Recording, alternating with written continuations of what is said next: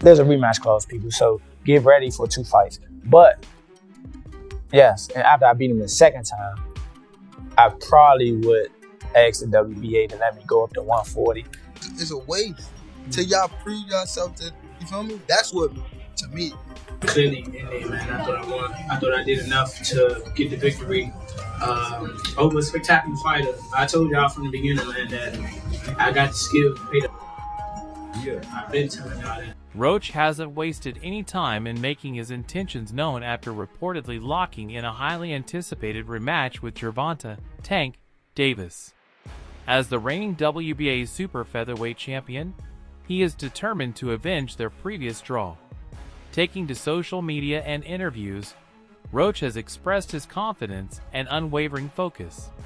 With fight fans eagerly anticipating this thrilling clash, he is set on proving that he has what it takes to defeat Davis and solidify his legacy in boxing.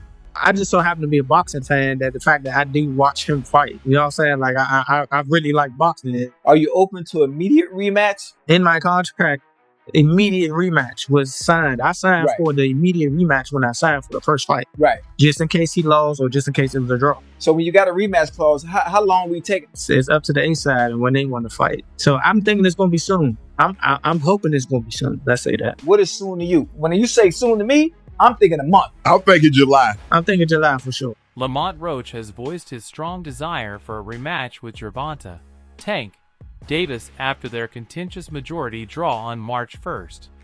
The fight, which took place at Brooklyn's Barclays Center, saw one judge scoring at 115 to 113 in favor of Davis, while the other two had it even at 114 to 114.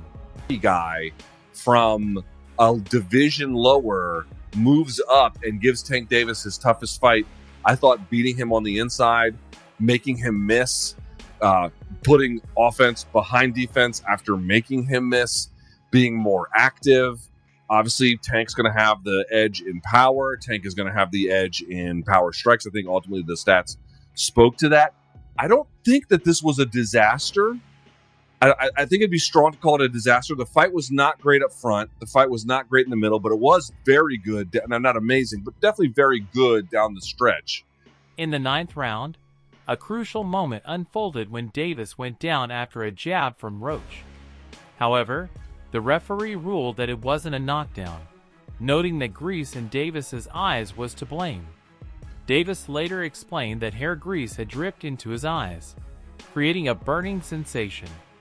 He mentioned, "I just got my hair done 2 days ago, and she applied grease. When I started sweating, it dripped into my eyes and burned them." Results are fair. I think they're fair. I think 115, 113 in either direction is probably okay.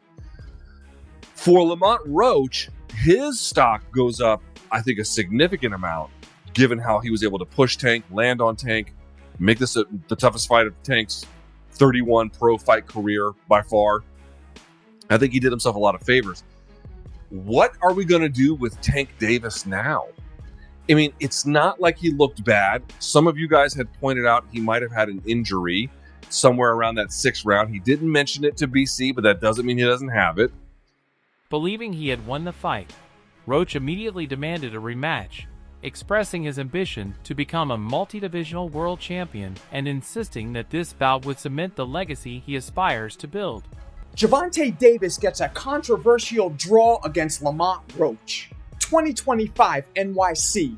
Both men start the fight wrapped in caution tape while downloading using their powerful Intel Core processors. Tank then begins playing a game of Tom and Jerry as he scurries around the ring, baiting Roach to chase him. Lamont soon starts landing sharp counters as he times Tank, who's dropping low. But Gervonta's cannon straight left soon finds its way home like it's using Google Maps. However, Roach also continues touching Tank with counters during their exchanges. But the Baltimore native's straight left keeps repeatedly connecting like AT&T, walloping Lamont as he angles around him with the geometric brilliance of Pythagoras. By round 6, though, Davis is taking control by investing in the breadbasket like he's a Stella Doro stockholder. while also cracking Roach's Liberty Bell like they're in Philly. But at this point, Lamont's titanium-dipped chin is rearing its head.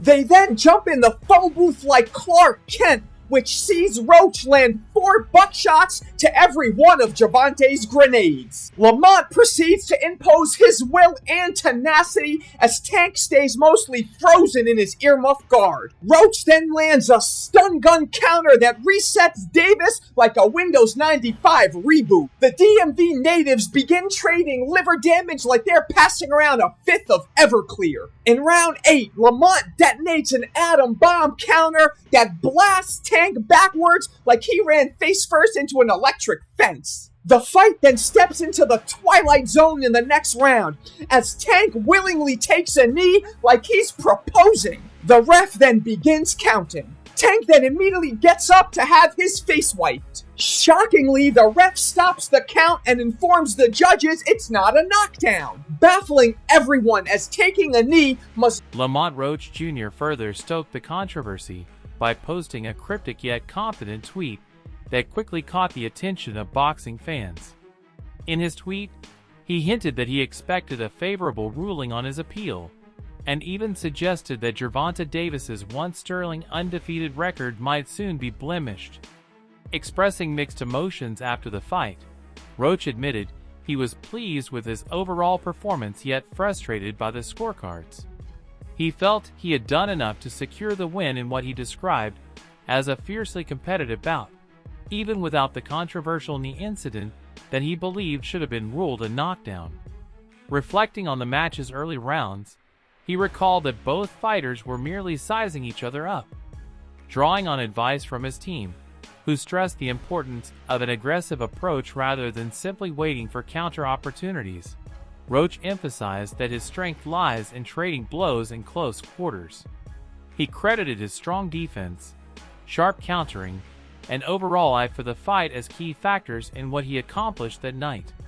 Despite Roach's persistent calls for a rematch, Davis has made it clear that he isn't immediately interested in facing Roach again. In the wake of their contentious majority draw, which Roach has since appealed, Davis dismissed the idea of a quick rematch, citing other priorities for his next bout, even though he acknowledged Roach's talent and resilience. This stance has only fueled Roach's determination to settle the score, insisting that there's still unfinished business between them, even if the rematch might not happen as soon as Roach would like. Adding to the drama, the New York State Athletic Commission is now officially reviewing the fight's outcome. Technical issues had delayed an immediate review of the pivotal 9th-round moment, where many argue that Davis's action should have resulted in a knockdown in Roach's favor. During that sequence, Davis took a knee and retreated to his corner after his eyes were momentarily irritated, an incident that left the referee confused and led to a delayed count. Moreover, before this incident, Roach had unleashed a combination of punches that further intensified the action.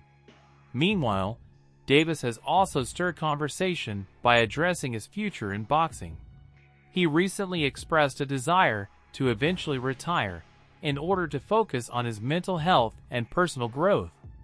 Acknowledging that the sport had instilled an aggression he now wishes to temper, especially as a father of 2, Davis mentioned plans to pursue therapy. However, before hanging up his gloves, he is targeting a few key opponents, including Devin Haney, Shakur Stevenson, and Teofimo Lopez, potential matchups that could cement his legacy as one of the greatest fighters of his generation. In summary, while Roach is determined to overturn the fight's outcome and secure a rematch to settle the score, Davis remains focused on his future plans and strategic priorities. Both fighters have made bold statements, ensuring that the drama and anticipation in the boxing world will continue to build until their next encounter.